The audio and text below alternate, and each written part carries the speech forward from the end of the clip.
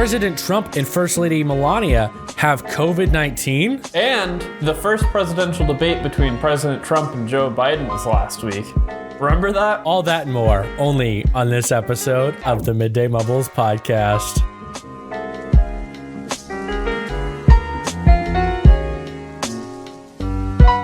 Welcome back to episode 48 of the Midday Mumbles podcast. I'm Gage. I'm Isaac. And okay, it's been a busy week. Let's be honest. It's been a weird week. It's been a not great week for America, I think. Yeah. But you know what? We're getting through this. At least it's a lot of things to talk about on the podcast. Yeah, that's what I was thinking. When all this stuff comes out, I'm just thinking podcast week is going to be epic. But yeah, it's been a productive week. A lot's happened. Well, technically when this comes out, it'll be last week, but doesn't matter. So let's start out with the debates. The debates were this week, and holy shit. What was that? I mean, that was a train wreck is what that was. I mean, personally, I've been looking forward to this for a long time because like 2016 debates, it was awesome. You know, him and Hillary Clinton duking it out. And that's what I was expecting with this. And honestly, I was disappointed in the end. Like, I was watching, I'm like, what the hell is this? Well, these are two children bickering. Yeah. I think you have to wait and give it another debate. Give it another debate. Don't let yourself have conclusions yet, because that was that was just a train wreck of a debate. And I think really what that turned into, or why that was such a train wreck, was the guy who was questioning him. I'm blanking on the name. Chris Wallace. He was not doing a good job at keeping them on topic and keeping them from talking over each other. And I think the strategies, both sides came with a strategy, right? That's obvious. I think Joe Biden's strategy was study hard on talking points about Trump is bad. Trump is bad. Look at how bad Trump is. Trump is a racist. That was his talking points. That's what he came prepared with. And that's how he turned every single talking point he was asked to into. He was just like, oh yeah, Trump is a racist. That's what I think about that. And he's like, no, I'm asking you a question of how you're going to handle healthcare. And he's like, yeah, Trump is so bad. Are you going to stack the court? You know, like... Right, he didn't even answer that. He didn't even answer if he wanted to stack the court, if he wanted to add more justice to the court. And that's major. And he didn't answer that. And the filibuster, too. Right. He wants to increase the size of the courts. That's what he wants. But that's not what the American people want. Right. It's actually very bipartisan, shockingly bipartisan, that no one wants a bigger Supreme Court, because it doesn't really make a ton of sense. After the debates, there was a lot of imagery surfacing of Biden potentially wearing like a wire type of thing where the microphone was like down, you know, in his sleeve. And you could see it because apparently there was a wire coming out of his suit.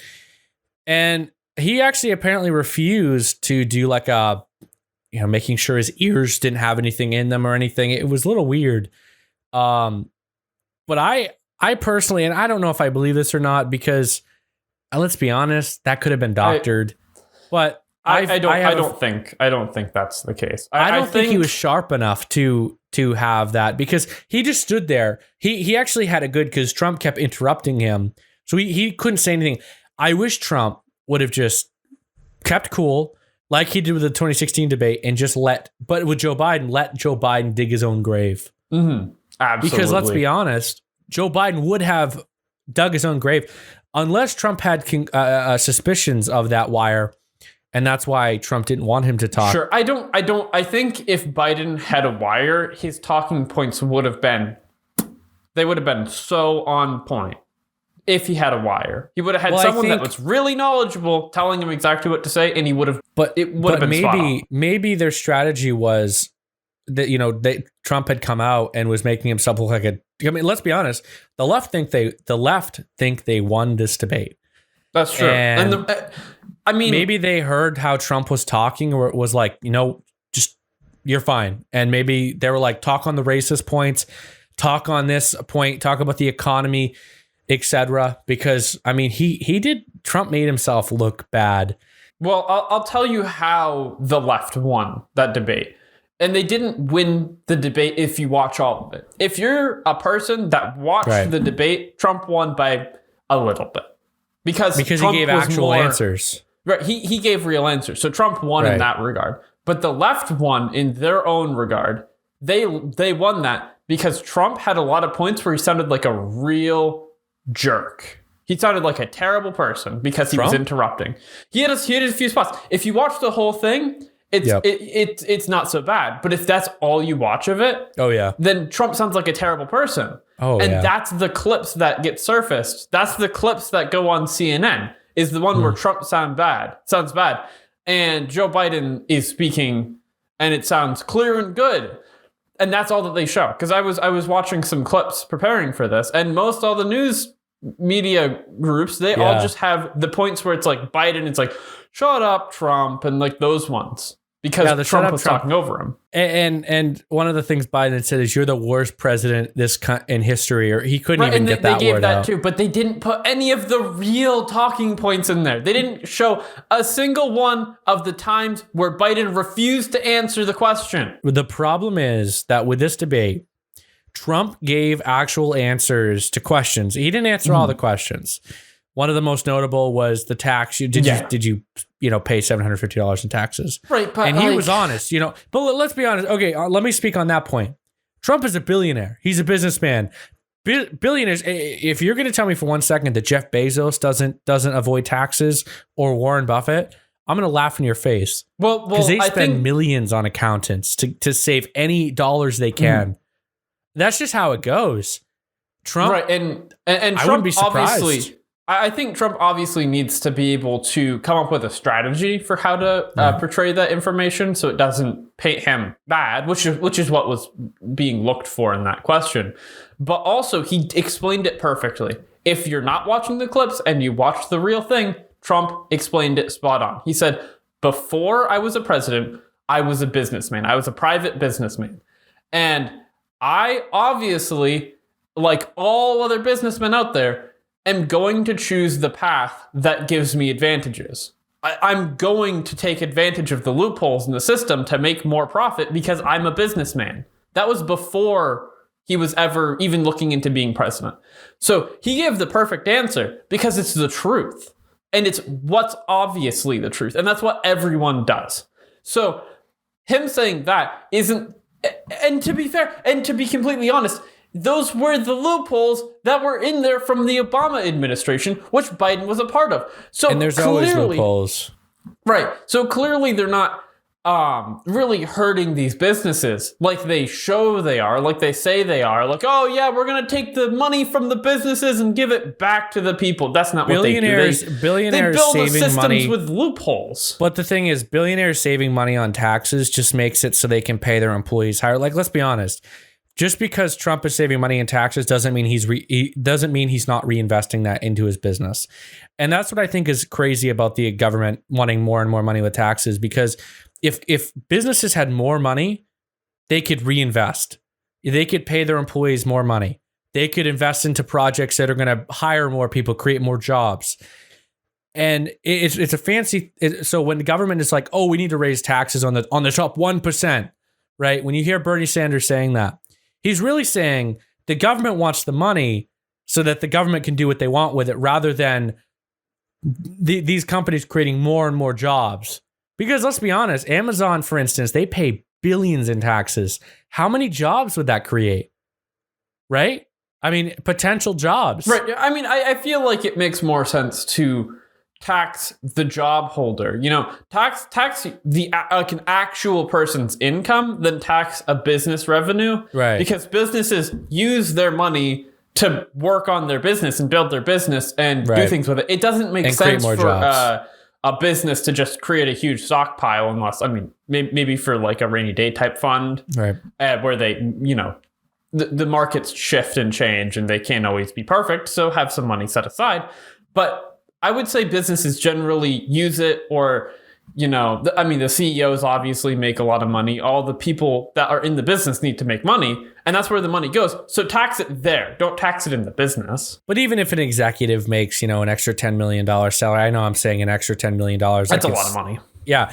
But even if they make that, they're gonna spend it. They're gonna spend it. It's gonna go back in the economy. That's just how economics works. They're gonna go and they're gonna buy a yacht. And a yacht is made by lots of people. And I think this is probably the easiest way to solve poverty. Lower the taxes, right? Lower the taxes. For these top companies, the Fortune 500 companies, even the small companies, even small businesses, lower the taxes, lower the tax rates, and more jobs are going to be created. Therefore, more people are going to be working. Therefore, less people are going to be living on the streets. If you want to tax them an okay tax rate, maybe, I don't know, 10% or whatever, that's fine. Like, I don't see anything wrong with that. But when you're taking it from the businesses that create jobs, I find that pretty scummy. But anyway, we are kind of getting off track here. And before we go back to the debate topic exactly, I just want to mention that that's why all the companies run to places like Dubai and China, Mexico, and all these places, because they're trying to avoid our steep taxes, even though they would love being in America if they could. Even Maine, like we had the governor on, and he was telling us that, like, and I think it's crazy. Like, we have a 6% tax rate, and people are moving or leaving. People don't want to become billionaires because they're asking for like a 4%. What's 2 fucking percent? Like, really, you're like all this billions of dollars in revenue. You're gonna kiss that goodbye over 2 goddamn percent. Like, that's just pathetic to me. But it doesn't matter. The debate. It was a shit show. I'm gonna be honest. It was crazy. And I started this with talking about strategies, and I think Biden's strategy was to really attack Trump as much as he could. And I think Trump's strategy, I don't think what Trump was doing was representative of who he is or how he holds his policies. He's a hard nose for sure, but I don't think Trump is unreasonable or he's not. And I think he would be respectful and let Biden speak, but I think he came into this with the strategy of really just keep hammering on Biden and get him to collapse. Keep getting the questions. That was his hope. And I think Biden did to an extent. Like, towards the end, his answers were very he all he wanted to do was insult Trump. Oh, you're the worst president in this history country, Yeah, and then the whole Hunter Biden thing, he brought that up. Right. And he's like, "You're lying, man. Come on, man." I don't think he said "come on, man," but no, he. I don't know. He probably said "come on, man." I mean, that's a Biden line right there. He called him he called him a stupid. You're stupid or you're dumber. A clown was one of them. He called him a clown, and he told him to shut up. What a bad insult! What? You can't go on public TV and call Isaac, the president of the United States a clown. To be fair, though, Donald Trump has probably called people worse. Maybe he was acting Rosie old Donald. a little clownish, maybe a little. I mean, I don't think his strategy worked. I think he had the strategy hoping to collapse Biden and make him look like a fool. But he could have done that so much better if he just didn't speak and let Biden just crumble at every single chance of answering a real question. If he didn't interrupt him and get him to change the topic, what Trump interrupting Biden did was allow Biden a place to divert the question to. When really Biden should have had to sit there with the question just looming over him and how do I answer this? If I answer how I want to answer, how I'm actually going to act, I'm going to lose voters. But there's nothing to run away with it. So it's either just insult Trump, which would be obvious what he's doing, or answer the question, which would make him lose voters. And that's what Trump should have let Biden do. But he gave Biden an out by interrupting him the whole time. He gave Biden a place to just complain. So, this question, I don't know the right way to answer this that won't hurt me. Trump, shut up. Trump, stop interrupting me. Trump, you're a clown. Trump, shut up. Yeah. How am I supposed to work with this? These were like playground insults. Like this. Yeah. This wasn't the place. It was really like watching two children, fight in front of each other in front of mom, and mom doesn't even know how to contain the two kids. It's like, no, it's just the PS4, okay? You can have 2 hours and you get 2 hours, and then you know. So let's talk about the moderator. The moderator, Chris Wallace from Fox News. He's a Democrat, but he's been getting a lot of criticism for not controlling. I'm going to be honest with you. I think Chris Wallace did the best job he could. Like, what are you going to do? You're going to tell the president you're in a timeout. You really can't enforce that. I think it's difficult. I disagree. I disagree entirely. I think that the questions that Chris Wallace asked were very good. I think all the questions were spot on and they were non-biased. But he didn't follow up, though. I think his job at containing the two was very bad. He could have done so much better. He didn't even try. He only ever was hard on Trump. He would stop Trump from speaking, but he would always give it to Biden. And anytime Biden didn't really was speak speaking, a whole lot, though. He would try his hardest to get Trump to stop talking. He was very favoritive towards Biden in the way he behaved, but his questions were very non-biased. So I think the reason for that is because he comes from Fox News. And he obviously didn't create all those questions. Fox News did. Someone in Fox created those questions. Maybe he created them. He created them, yeah. No way. There's no way. Yeah, the moderators always. Yeah, the moderators always. Are the moderators the ones that? Yeah, they don't show it to anyone. He even said that in the start of the debate. Because you can't do that. You can't show people the questions because then the campaign could. Wrong. But so then. Because the questions were very good. They were very good. The questions were good. So maybe he did just have a hard time moderating. Maybe it was just... He didn't do a good job following up on questions. No. He should have really cracked down on both Biden and Trump. And with the taxes, he should have said, so Trump, what are you saying with this? And then he should have said with Biden on like the stacking the Supreme Court. He should have said, and even that same night, Kamala Harris was on I think it was MSNBC. And she was asked the same question, and she wouldn't answer that either. So it's even she apparently pissed off some Democrats too, because a majority of Americans don't want the Supreme Court stacked.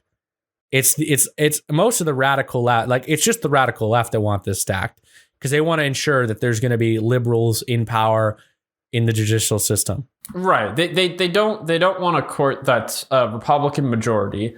And they'll try their hardest to make sure that doesn't happen. So it's a crazy situation. But as far as the debate, though, I mean, I think one of the biggest things that really got me was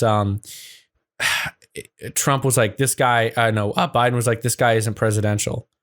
And I say this all the time. I say Trump is kind of the guy that's actually doing what the American people are thinking. Mm-hmm. He's fighting back. Biden would, if Biden had it his way, he'd be there talking about the same old talking points he's been saying since 1972.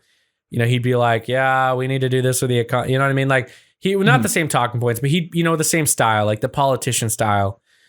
And Trump isn't like that. Trump came in like a wrecking ball, but at the same time, Trump didn't do a good job. Trump was like, he said stuff about, he was just quick jabs. It was like a quick jab. Mm-hmm. Now, as far as this being the first debate, this is one of the highest rated, television events of the year. Oh, I will be honest. I was watching it with like a group of my friends over a Discord call, and it was the funniest hour and a half of television I have ever watched in my life. But the problem is, Isaac. It was funny. It was funny. It's going to be a huge turn down. How disorderly and just chaotic and just terrible all of it was hilarious. It's a great watch. You won't regret actually watching it instead of watching clips, because it is just astounding how it came out. I would have never expected it. Well, the problem is, and this is the problem, many Americans aren't going to be watching the second debate, if there even is a second debate, because I could just see the Biden team pulling out at this point. Sure.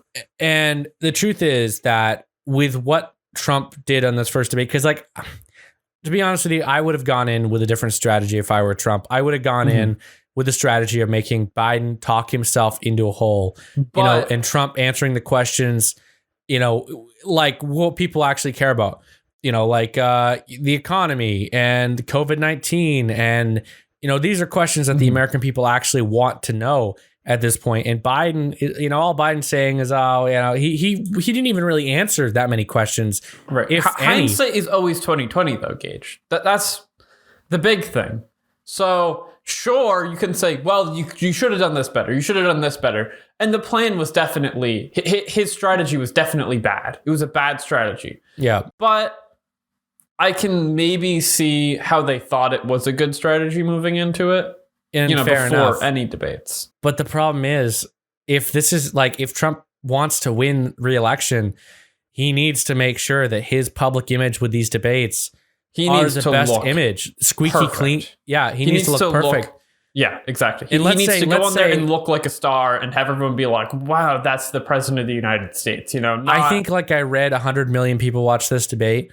And if I'm being honest, let's say only 50% of those people come back. Let's say 50 million people watch the next debate. Mm-hmm. That's 50% loss of potential voters. And that's the biggest thing. Sure, they're going to see clips on YouTube. Sure, they're going to see people talking about it the day after. But the truth of the matter is, like you saw with the debate clips that we just saw, most of them were taken out of context to make Biden look like the winner. Mm-hmm. So there's going to be no definitive answer, who won, especially with the media taking shit out of context. So I just feel like Trump really should have done an amazing job with this one because of the fact that it was going to have the most viewers.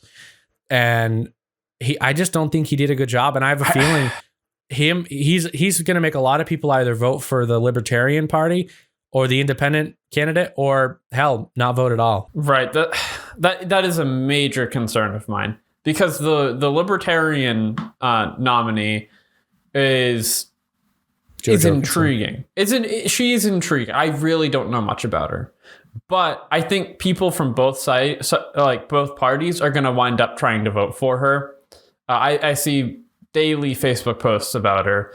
And that really concerns me. Not because... So think of it this way. No matter what, it's always going to be Trump or Biden that wins this. That is how it goes. No independent wins the presidency. It's never been close. So all that happens when you vote for the independent party... It takes away from the main candidates. It takes it away from the main candidates. So you're not voting for Trump is what happens. It's not that you're voting for... what even is her name? I'm blanking on it. Jo Jorgensen. Yeah. It's not like you're voting for her. You're voting not Trump. And that's essentially a vote for Biden. in its own sort of weird backwards way. So That's my concern. I'm afraid that's yeah, and I get it. And I think most people get it. And that's why I always talk about the doing away with parties, because it's always going to be like this. It's either going to be a Democrat or Republican that wins, and that's a fact. I think the end of the presidential election, or when it's right there and people are voting, it should always be two people. It should be narrowed down to two people. Right. Because it's just not great for the American people to have one that they think could be it, and they're just ending up shooting themselves in the foot because, well, I would prefer Trump over Biden, but I really don't love either of them, so I'm going to go with the Libertarian Party. Exactly. And you might as well vote in the end, they're going to wind up with Biden because they would be typically a Republican voter. Right. So, I don't know. It's a sticky situation. I have a feeling that a lot of people just aren't going to vote this year, but at the same time, I feel like this is going to be a record turnout as well. Like, I'm 50-50 on the fence because I hear a lot of people talking about just not voting. And I hear a lot of people talking about how they're going to go vote because they don't want Trump or Biden in office. I think all the people that say, no, I'm not going to go voting are the people that generally don't choose to vote anyways.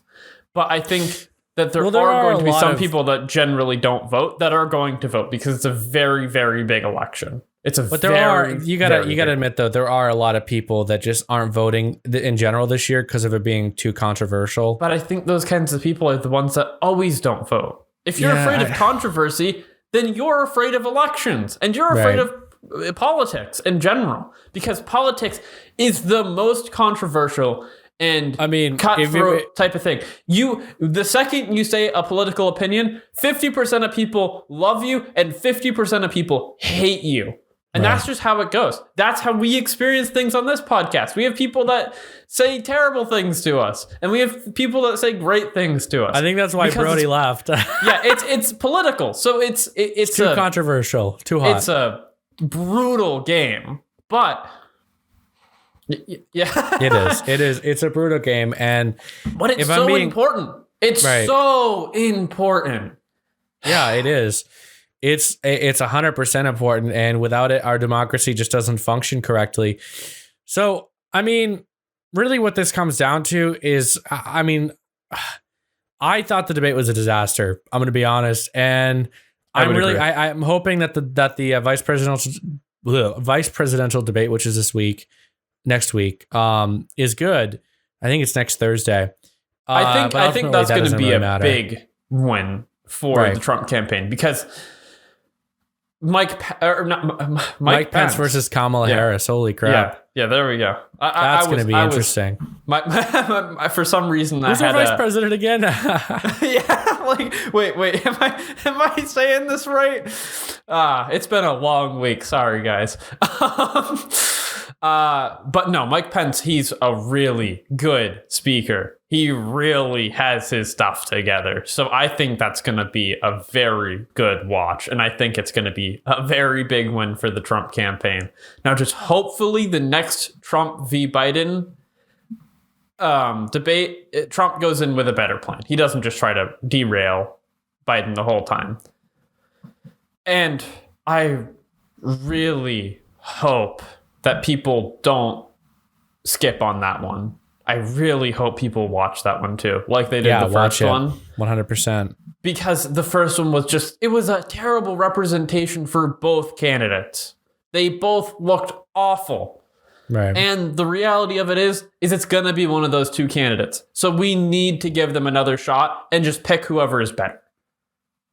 I'm going to believe Trump is better no matter what, but to the general in the middle type of person, it's consensus. So important for you to actually really know how these people are and really figure it out. And the first debate told those people nothing. I think it told them, wow, we are screwed. Exactly. And I think that's unfair for both candidates. I think this is a good place to end the segment. So now a word from our sponsor. Hey, I'm Gage from the Midday Mumbles podcast. I strongly believe if you want to start a podcast today for free, you need Anchor.fm. If you haven't heard about Anchor, it's the easiest way to make a podcast. And the best part is, it's completely free. There's creation tools that allow you to record and edit your podcast right from your phone or computer anytime. Anchor will distribute your podcast for you, so it can be heard across all the major platforms: Spotify, Apple Podcasts, and many more epic platforms available for free. Download the free Anchor app or go to Anchor.fm to get started today for free. Again, that's Anchor.fm. One more time, that's ANCHOR.fm. I can't wait to see what you create.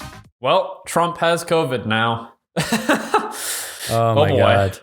Boy. I heard about this yesterday. And I thought it was a meme, actually. I didn't think he actually had COVID. I didn't even see his tweet. And no, on the news, there was a breaking news story. Trump and Melania have coronavirus. So, he's in the Walter Reed Hospital right now. He's going to be in there for a few days. So this episode, when it comes out, he'll still be in there. And honest to God, I was very impressed. Democrats and Republicans came together. I know it's just a stunt, but Biden was like, I hope he gets better. And this isn't a partisan moment. This is an American moment. And I know that's just a political stunt, but it still was nice to hear from the potential next president. And I turned on the news and I was disgusted because the news was giving the Trump campaign, the Trump administration shit for not telling the American people anything. Because I mean, they literally, and I was laughing because I was watching CBS and they had like a one loop video of the helicopter on the front lawn. Like it was just a loop. And she's like, I don't know what's going to happen, but we're hoping to hear more. But then she's like, I don't understand. You know, the American people are worried, sick, and they're not giving us any information. Like, they were pissed off because they didn't have news to report on. I think it was pretty petty, if you ask me. I mean, sure. I do believe Trump is still continuing to work even through. Yeah, he is. He's still working hard. And I think that's a real show of integrity. And also, but I wonder if he gets like too bad, if Mike Pence will have to be sworn in. I don't think he's going to get too bad. I think if you look at the percentages of people that are affected by COVID, and it's 74. A lot worse. It's a lot worse for old people. And Trump is old. He's in that bracket where it starts to get kind of scary.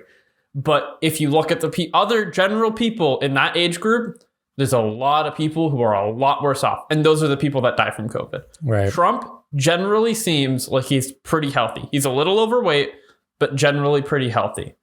I think he's going to get through it. I really am not worrying. Oh my God. I don't know. I don't think he's that overweight, but yeah. Well, no. That's what I've heard just browsing through, whatever online.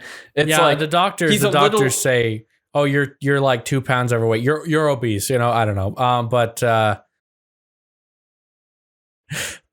Yeah, I mean, he has COVID now, him and Melania. And I'm hoping the best for him, really. I mean, I really wouldn't worry about it. I mean, it's a concern. It's a concern. Okay, but so one of the biggest things was, and we can kind of go back on the debate with this one, but they were talking about masks, and with this whole thing happening, since Trump and Melania have COVID, all the Democrats are like, well, this is karma for not wearing masks, and I mean, this could have happened to anyone. And I've heard some theories that, someone spiked his drink at the debates and shit like that. Oh, I doubt that. That would be COVID. That would be so unlikely. I mean, it's if someone was aiming to do that, I don't think they would spike it with COVID. I think they would spike it with like actual poison and kill him.